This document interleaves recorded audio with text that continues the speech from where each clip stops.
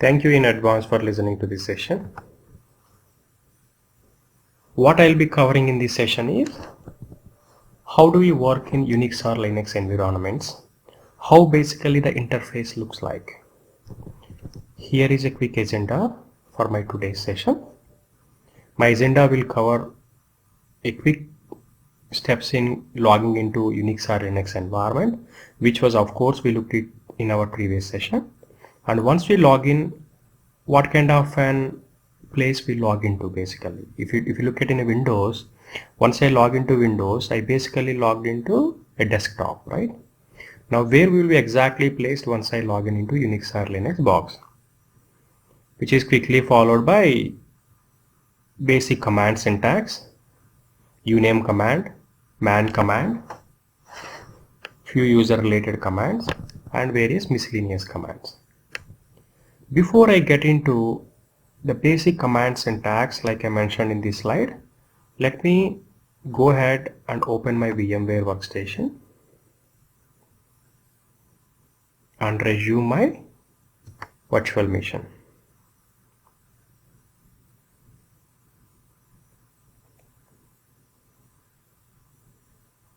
So I have paused this virtual machine in my previous session and I'm just resuming this back here.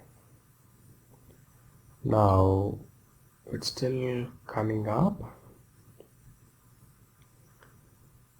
I can use an interface like PuTTY and I can enter the details here and I can simply click on open and I can give a user ID and password. You see here I'm able to log in. It's still coming up in the background here. So I logged in here. I can right click and open a terminal here, okay, which defaults to my current user ID that I used to log in, or I can depend upon interface like putty.exe. Let me show this one more time. Go here and enter the IP address. That's what I did here. In my previous session I saved these guys here. So all I have to do is click on open. Now it will ask me for the user ID. For example, the user ID is Ravi, password is password. Okay. Now what happens the moment I log into any Unix or Linux terminal is I will be placed at a shell prompt. Now what is a shell? When I was explaining the operating system architecture, I have explained that shell is an interface. Interface between who? Interface between the user and interface between operating system, which in turn acts as an interface for hardware. So shell is an interface between user and hardware. Now here is a shell interface, right? Now by default when I log in, I'll be by default placed at the shell interface. Like it happens in Windows operating systems, the moment you log into a box which has Windows operating system, you by default placed at a desktop. Agree? But here you will be by default placed in a shell prompt. Okay. The first and foremost thing you need to remember to work in Unix or Linux environments is you have to be comfortable with commands. Even though these guys offer nowadays all GUI functionalities, but most of our work environments involve command-based interaction only. Now when I talk about these commands, here is the basic syntax of a command. I have to specify command name, which is followed by optional options, which is followed by optional file names. Please note that you must give at least one space between command and option or option and file name. You can give more than one space too. And one more important point you need to remember to work in Unix or Linux environment is these guys are case sensitive interfaces. So when I say capital Ravi, when I say small Ravi, both are different. Okay. And finally, before we get into our first Unix command, please note that Unix or Linux has a lot of commands. Please don't try to by heart or mug them. It has to come naturally. So it comes naturally with the amount of practice we put it in there. Okay. Good so far? Very good. Let's get into our first basic command. So the command here says uname. The command name is uname. The description for this command is it prints system information. Now the syntax for this command is uname. I have to specify various options here. Now here are the few options I can use this with uname command. Now in a real time, where we use this command? The other day when I was talking to one of my friends, she mentioned that she has been assigned in an assignment which involves Unix platform. Okay, that excited me. The moment I heard Unix platform, I asked her immediately that what Unix platform? She said black and white screens. No, it's not black and white screens. It's about which operating system. She again said to me that it's a Unix operating system. Okay, who is the vendor? Who is the manufacturer for that Unix operating system? I asked a series of questions which she has no clue on it, because she was just on like maybe first day or second day into the work. So I asked a series of questions such as who is the vendor of the operating system, right? What is the version of the operating system? What is the bit of the operating system, 32-bit or 64-bit? And I in turn told her that you can find all that information using a command called uname, like I am showing you right now. I say here uname and enter. When I simply say uname and enter, it shows me that the operating system I am working is on Linux. Now, like I showed you in my previous slide, each options, not everyone, almost all commands in Unix have an options we can use. For example, one such option is -a. -a stands for all.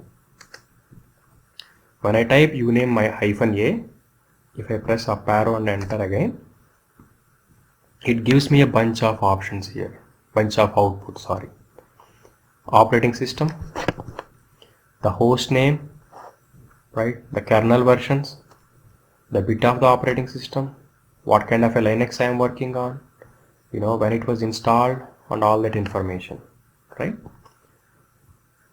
Now if you look at here, along with the command uname, I have used an option called -a. A stands for print all information. Print all the information that you show with uname command. Now what if I don't want all information? What if I just want host name? Simply you can say -n. This is your host name. What if you don't want all information again and you just want only operating system? The kind of operating system you use is GNU Linux. What if you want only hardware platform information? So you can combine multiple options too, right? The kernel name, the host name, and the type of operating system you are using on. You can combine multiple options in a single option, right? Now I also mentioned in my previous slide that don't try to by heart or mug these commands. So if you look at the one command here, you have a bunch of options here. Now if I cannot mug them, how can I remember all of them? The answer is you don't have to remember them, because there is an inbuilt Google available in Unix or Linux platforms. What do I mean by inbuilt Google is, let me change my settings here. Let me put my foreground as white, background as black. There is a command called man, is nothing but a manual pages, and if I pass any command as an input to this man command, and if I press enter, it will give me the product information about that command, such as uname actually prints the system information, right? -a will show all options, -n will show node names, -r will show kernel names. You see what I'm saying? All such options that we can use with this guy are showed, are already documented, inbuilt in Unix or Linux. That's very rare you find in any of the programming languages or any of the database kind of interfaces. That's one best thing with this Unix operating system. This is just a first page. If you want to move to the next page, just press space bar. The space bar is to move forward. Once you have reached the end, or once you have decided to exit from this interface, press a Q, small q for quit. Right? If I repeat it again, you simply say man uname and press enter. If you keep pressing a space bar, you come across various options. Q is to quit. When I say uname -version, it's saying not a valid option. When I say -version, it will tell me that version information. Here it's also mentioning that who wrote this. So that's exactly what I try to show you with various options in uname here, and the man command I try to cover here in this slide. Man is an online manual pages. In short, I call this guy as an inbuilt Google. So the syntax for this man command is man and command. The usage is, you can say man, command name. If you want to find out what you can do with man command itself, you can simply say man and man. Right? So in manual pages, Q is to quit or come back to the command prompt. Space bar is to scroll to the next page.